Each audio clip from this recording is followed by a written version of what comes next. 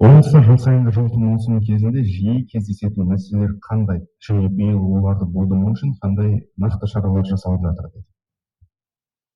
Рахмет. Бұл сұрақта жаңа өзім баяндамамда айтып өткендей, жылыту маусымы кезінде қазіргі таңда тұрғын үйлердегі табиғи газ дейді ғой, табиғи газбен уланудың бірден бір болып жатқан жағдайы, газ орнатқан пештердің газ қондырғыларының дұрыс газды шығармауы.